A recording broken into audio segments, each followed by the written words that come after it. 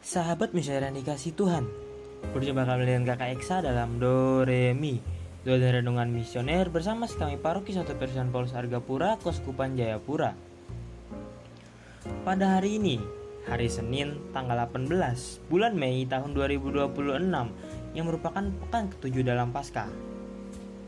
Pada hari ini, sebelum kita memulai segala aktivitas kita masing-masing, mari kita bersama-sama merenungkan sabda Tuhan yang diambil dari Injil Yohanes bab 16 ayat 29 sampai dengan 33.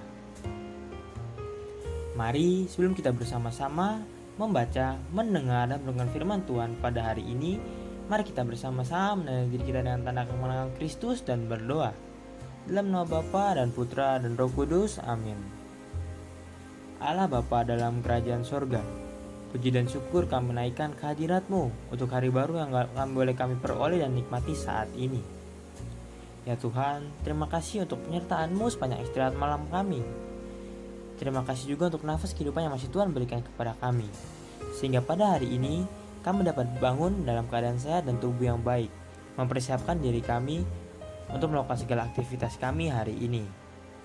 Ya Bapa, sekarang kami hendak duduk diam dan mendengarkan sabda-Mu. Curahkan Roh Kudus-Mu ke dalam diri kami, agar setiap sabda yang kami dengar mampu kami laksanakan dan lakukan dalam segala tugas dan perusahaan kami sepanjang hari ini. Tambahkanlah iman percaya kami terhadap-Mu, agar di dunia ini kami tidak mudah terpengaruh oleh hal-hal yang menjauhkan kami dari kasih-Mu.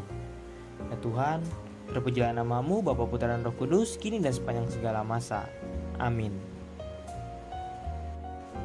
Tuhan beserta kita, sekarang dan selama-lamanya. Inilah Injil suci menurut Yohanes. Dimuliakanlah Tuhan. Dalam amanat perpisahannya, Yesus berkata bahwa akan tiba saatnya bahwa ia tidak lagi berbicara dengan memakai kiasan. Maka para murid berkata kepada Yesus, "Lihat sekarang, engkau berkata-kata terus terang dan engkau tidak memakai kiasan. Sekarang kami tahu bahwa engkau mengetahui segala sesuatu yang tidak perlu orang bertanya kepadamu. Karena itu kami percaya bahwa engkau datang dari Allah." Jawab Yesus kepada mereka, "Percayakah kamu sekarang? Lihat, saatnya datang, bahkan sudah datang, bahwa kamu dicerai-beraikan masing-masing ke tempatnya sendiri, dan kamu meninggalkan aku seorang diri. Namun aku tidak seorang diri, sebab Bapa menyertai aku. Semua itu kukatakan kepadamu, supaya kamu mau beroleh damai sejahtera dalam aku. Dalam dunia kamu menderita penganiayaan, tetapi kuatkanlah hatimu. Aku telah mengalahkan dunia." Demikianlah sabda Tuhan, terpujilah Kristus. Dalam bacaan Injil hari ini, para murid berkata kepada Yesus bahwa sekarang mereka percaya karena Yesus berbicara dengan terus terang kepada mereka. Mereka merasa bahwa memahami siapa Yesus itu sebenarnya. Namun, justru tanggapan Yesus yang lain. Yesus menanggapi dengan sebuah peringatan yang cukup mengejutkan bagi para murid, yaitu akan datang saatnya mereka tercerai-berai dan meninggalkannya sendirian. Di tengah keyakinan para murid, Yesus justru melihat kelemahan dan ketakutannya yang masih tersembunyi dalam hati mereka. Sabda ini menunjukkan bahwa iman manusia seringkali belum sekuat yang kita tahu, kita kira sebagai seorang manusia. Ya mudah ya bagi kita untuk berkata percaya dengan keadaan yang baik-baik saja, ketika doa terasa dijawab atau ketika hidup kayak lancar-lancar saja.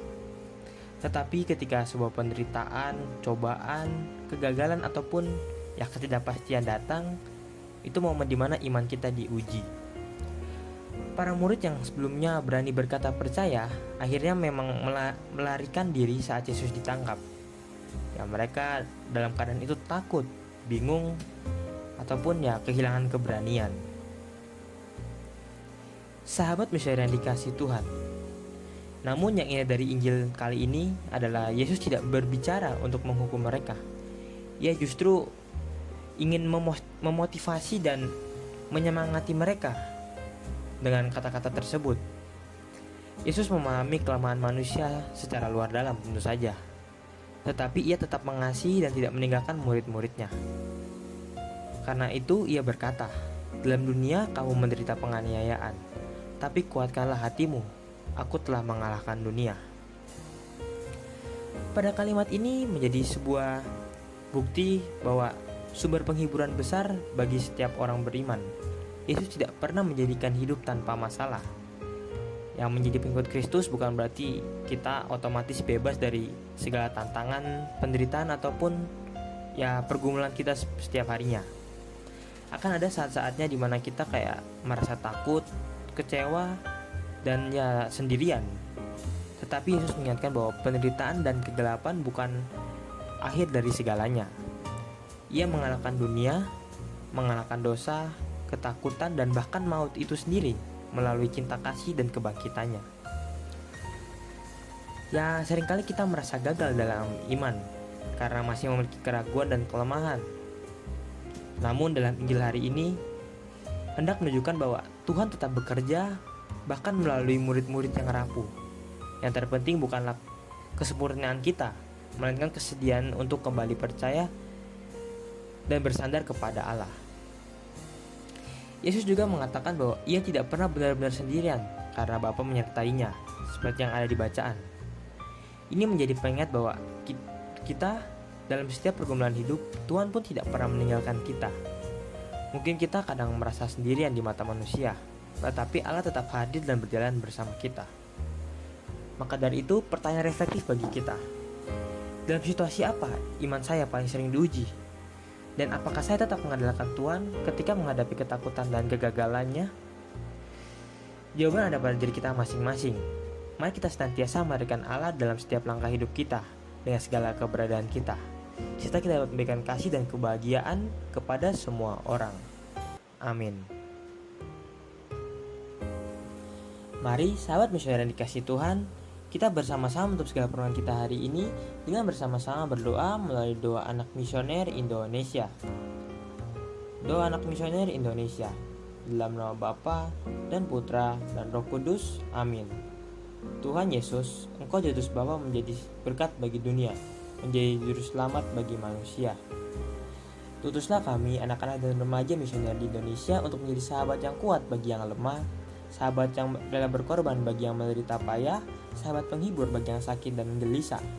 Tuhan Yesus, kami pun ingin menjadi utusan-utusan kecil-Mu, teman setia bagi yang tersingkir dan terlantarkan, teman bicara bagi yang kesepian dan terlupakan, sobat yang gembira bagi yang sedih dan susah, sobat penuh penghargaan bagi yang tak dicintai.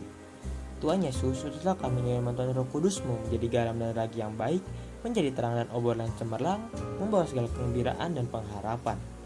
Tuhan Yesus, kuduskanlah badanku dan kuduskanlah jiwaku. Kupersembahkan diriku padamu hari ini. Berkatilah semua anak dimanapun, berkatilah semua orang kami jumpai, siapapun mereka.